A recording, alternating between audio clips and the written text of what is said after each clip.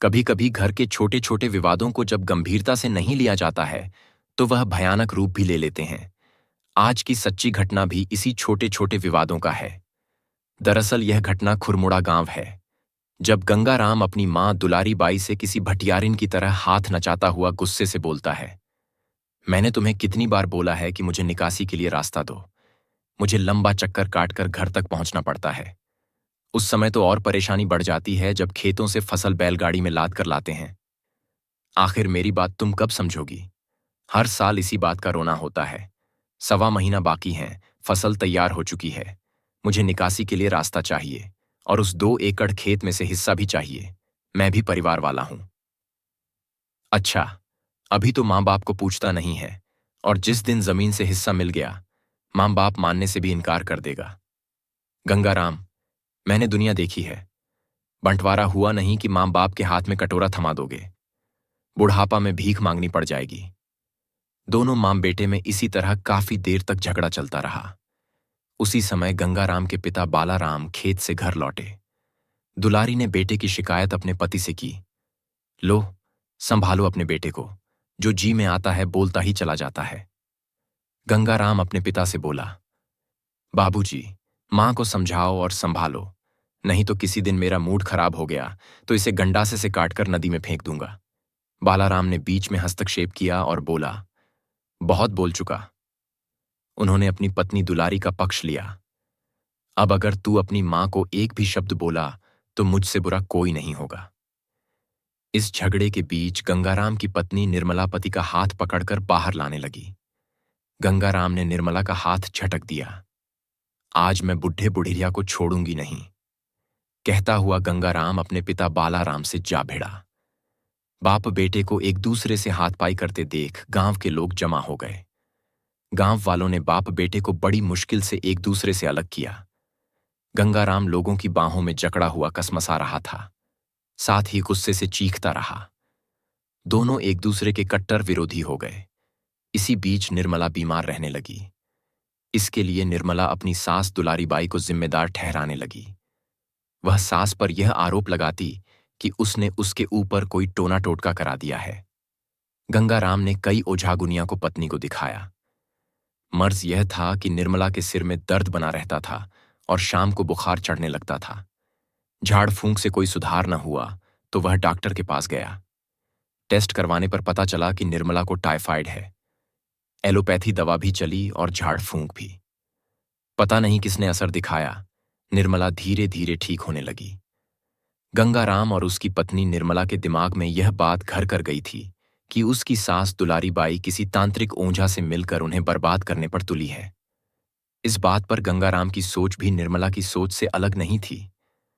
निर्मला जब पूरी तरह से ठीक हो गई और उसके शरीर में जान आ गई, तब वह अपनी सास पर इल्जाम लगाने लगी।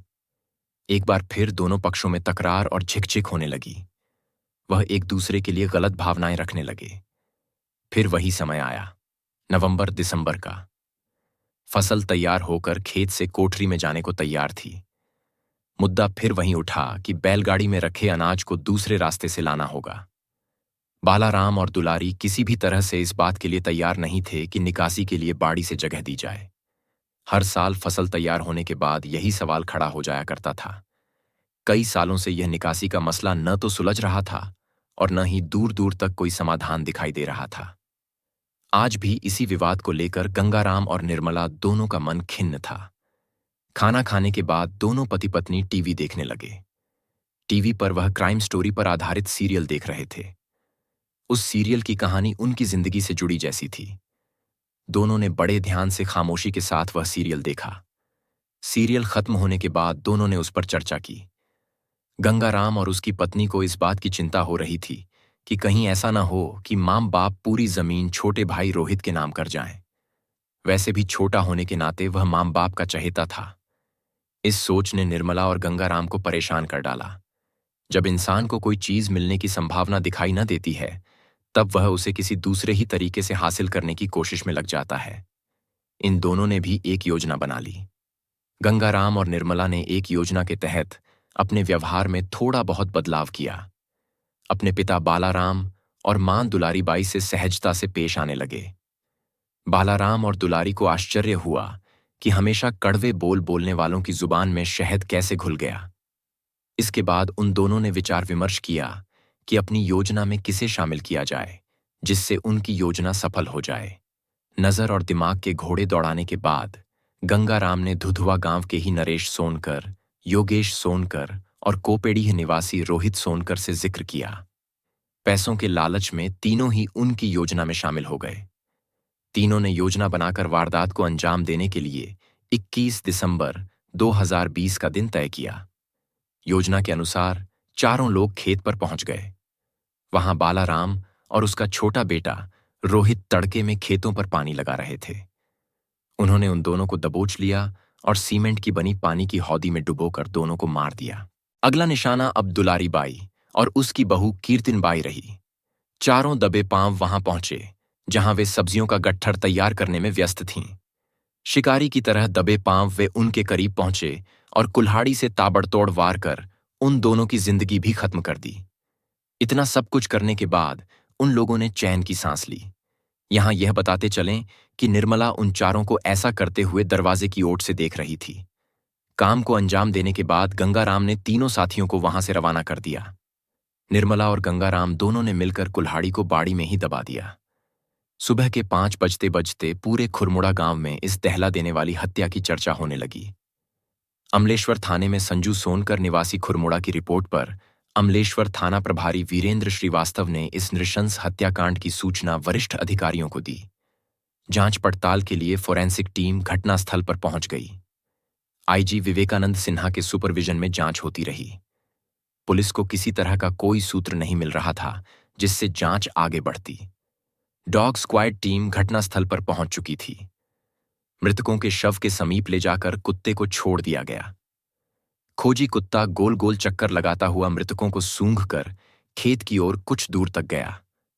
मौके की जांच से इतना तो स्पष्ट था कि हत्यारे 2 से कम नहीं थे। खेत में रासायनिक छिड़काव कर दिया गया था जिसके कारण खोजी कुत्ते को सही दिशा नहीं मिल पा रही थी। बहरहाल पुलिस ने लाश पोस्टमार्टम के लिए भेज दी। जब पुलिस को किसी तरह का सूत्र नहीं मिला तो पुलिस ने गंगाराम के साढ़ू नरेश सोनकर को विश्वास में लेकर मुखबिरी का जिम्मा सौंपा। नरेश मंझा हुआ खिलाड़ी था। उसने पुलिस को मुखबिरी करने के बहाने उलझाए रखा। जांच के लिए आईजी विवेकानंद सिन्हा ने कुछ बिंदु तय किए। उन बिंदुओं को आधार बनाकर पुलिस जांच में जुटी रही। इस सामूहिक हत्याकांड को हुए 3 महीने बीत चुके थे, लेकिन अपराधियों का कोई अता पता नहीं था। थाना प्रभारी वीरेंद्र श्रीवास्तव ने अपने एक मुखबिर को नरेश के पीछे लगा दिया। नरेश की एक्टिविटी पुलिस को शुरू से ही संदेहास्पद लगी थी। फोरेंसिक विशेषज्ञों की टीम के सहयोग से भौतिक साक्ष्य जुटाया गया। टीम ने वैज्ञानिक एवं तकनीकी साक्ष्य को आधार बनाकर बारीकी से पूछताछ कर जानकारी इकट्ठी की। पुलिस ने संदेहियों को हिरासत में लेकर सघन पूछताछ की। इस घटना का मास्टरमाइंड बालाराम का अपना सगा बड़ा बेटा गंगाराम निकला। गंगाराम की स्वीकारोक्ति के बाद योगेश सोनकर, नरेश सोनकर, रोहित सोनकर उर्फ रोहित मौसा को गिरफ्तार कर लिया गया। सभी को घटनास्थल पर ले जा सीन रिक्रिएशन कराया गया। आरोपियों की निशानदेही पर हत्या में प्रयुक्त कुल्हाड़ी पुलिस ने बालाराम की बाड़ी से बरामद कर ली। घटना के वक्त पहने गए कपड़ों को इन चारों ने ठिकाने लगा दिया था। 18 मार्च 2021 को आरोपियों को गिरफ्तार कर लिया गया, जिसमें निर्मला भी शामिल थी। इन चारों आरोपियों का नार्को टेस्ट भी कराया गया। आईजी विवेकानंद सिन्हा ने अमलेश्वर थाना स्टाफ की पीठ थपथपाई। पुलिस ने सभी आरोपियों गंगाराम, उसकी पत्नी निर्मला, योगेश सोनकर, नरेश सोनकर और रोहित सोनकर को गिरफ्तार कर कोर्ट में पेश किया, जहां से उन्हें जेल भेज दिया गया।